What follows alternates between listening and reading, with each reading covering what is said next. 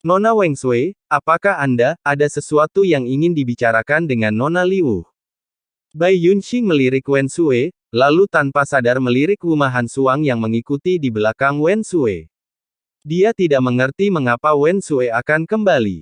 Baiklah, ada sesuatu yang ingin saya diskusikan dengan Nona Rigiri. Wen Sui berkata, apa itu? Liu bertanya pada Wen Sui. Dibandingkan dengan Bai Yunxing, sikap Liu terhadap Wen Sui cukup dingin. Seolah-olah kami baru saja bertemu secara kebetulan.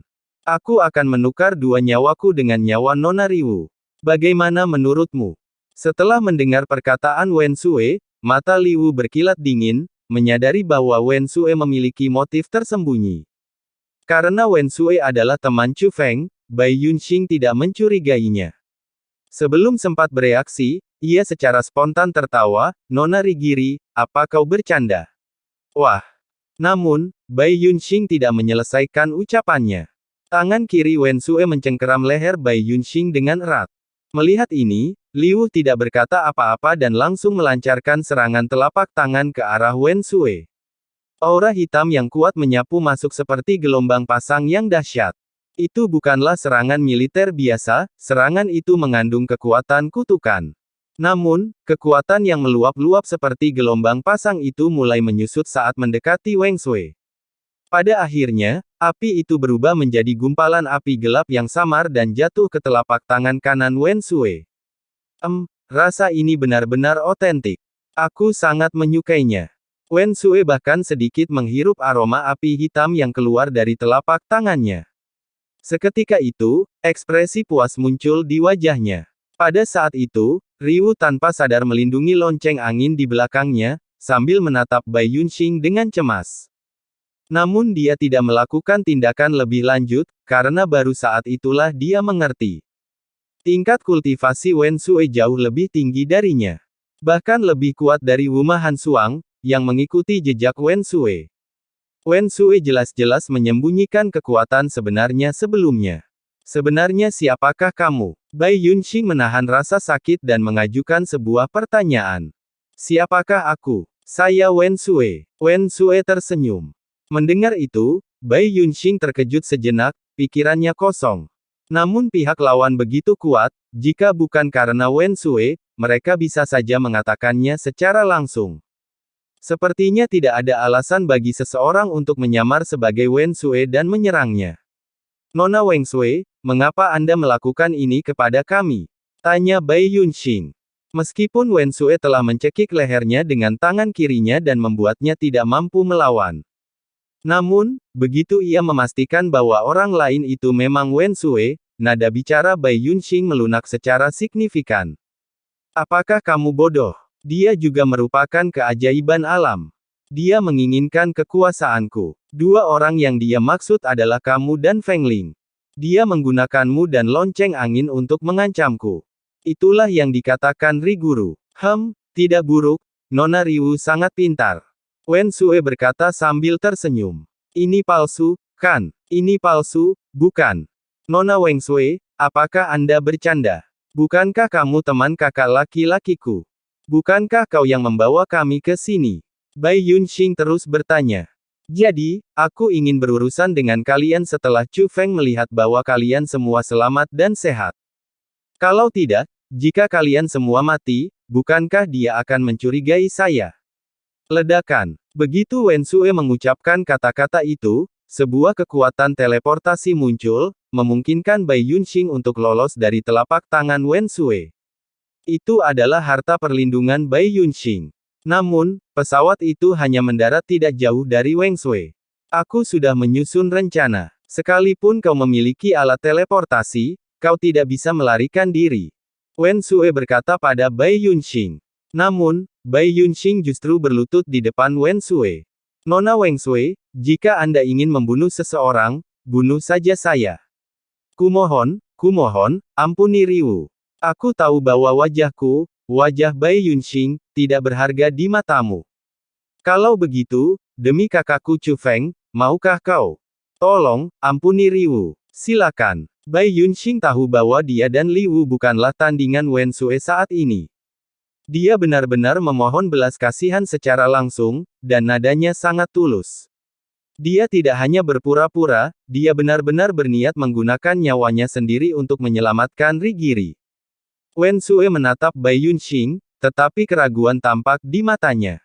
Sesaat kemudian, dia tiba-tiba tertawa. Dia segera menatap ke dalam kabut. Nona Liu, Bai Yunxing ini mungkin tampak agak membosankan, tetapi dia adalah seseorang yang dapat Anda percayai sepenuhnya. Sampai jumpa lagi. Lupakan saja, mari kita ucapkan selamat tinggal selamanya. Setelah mengatakan itu, Wen Sue berbalik dan meninggalkan tempat itu bersama Wu Ma Han Suang, yang seperti boneka. Nona Weng Sui, Nona Weng Sui. Bai Yunxing tanpa sadar mengejarnya, hanya untuk mendapati bahwa Wen Sue telah pergi. Bai Yunxing berdiri di sana, pikirannya benar-benar kacau, tidak sepenuhnya mengerti apa yang sedang terjadi. Tak lama kemudian, Li Wu pun terbang keluar dari dunia susunan tersebut. Jadi, Nona Weng Sui, Anda sedang menguji saya atas nama saya. Apakah kamu bersedia mengorbankan hidupmu untukku? Bai Yunxing bertanya pada Li Wu. Apa gunanya ini baginya? Tanya Rigu. Mungkin dia orang yang baik hati. Tanya Bai Yunxing. Rigiri tak kuasa menahan diri untuk memutar bola matanya. Cara mereka memandang Bai Yunxing seolah-olah mereka sedang memandang orang bodoh. Aku bertanya padamu, mengapa kau masih sangat mempercayainya padahal dia sudah menyerangmu? Kau bahkan bertanya padanya apakah dia bercanda. Tanya Rigu. Aku tidak mempercayainya, aku mempercayai kakak laki-lakiku. Saya yakin teman-teman kakak laki-laki saya benar-benar dapat dipercaya, kata Bai Yunxing. Jadi, mungkin kita harus berterima kasih kepada Chu Feng, kata Riwu. Hah? Bai Yunxing belum bereaksi. Aku mengamatinya, niat membunuhnya barusan benar-benar tulus. Bahkan ketika kau berlutut dan memohon belas kasihan, niat membunuhnya tidak goyah sedikit pun. Dia tidak peduli apakah kau hidup atau mati. Dia baru berubah pikiran saat kau menyebut nama Chu Feng, kata Riwu. Jadi maksudmu dia benar-benar ingin merebut kekuatanmu? Tanya Bai Yunxing. Iya, dia tidak peduli padamu dan aku, dia peduli pada Chu Feng. Mungkin karena dia tahu bahwa kau adalah teman yang sangat penting bagi Chu Feng, dan jika dia benar-benar membunuhmu, Chu Feng pasti akan mengetahui kebenarannya. Mungkin dia merasa bahwa Chu Feng mempercayakan kami kepadanya karena Chu Feng mempercayainya, jadi dia tidak ingin mengecewakannya. Singkatnya, aku yakin ini semua karena Chu Feng. Dia baru saja berubah pikiran. Jalan Liwu. Ayo pergi cepat. Jika memang demikian, maka dia mungkin akan berubah pikiran lagi. Kalau begitu kita akan berada dalam masalah besar. Saat Bai Yunxing berbicara, dia menyimpan dunia susunan itu dan kemudian dengan cepat terbang menjauh dengan kabut di dalamnya. Namun yang tidak dia ketahui adalah, tatapan tertuju pada mereka. Ternyata orang itu adalah Wen Sue. Wen Sue berdiri di cakrawala tidak jauh dari sana, dia belum pergi. Sebaliknya, mereka hanya menyaksikan Bai Yunxing dan Liu pergi. Namun, terlihat jelas pergumulan di wajahnya. Bahkan saat Bai Yunxing dan Liu berjalan pergi, pergolakan batin di wajahnya semakin terlihat jelas. Kemudian, wajah kecilnya menjadi meringis. Tiba-tiba, terdengar suara patah. Wen Sue menamparkan dirinya sendiri. Apa yang sedang kamu lakukan? Apa? Dia bukan seperti Chu Feng. Hanya teman Chu Feng.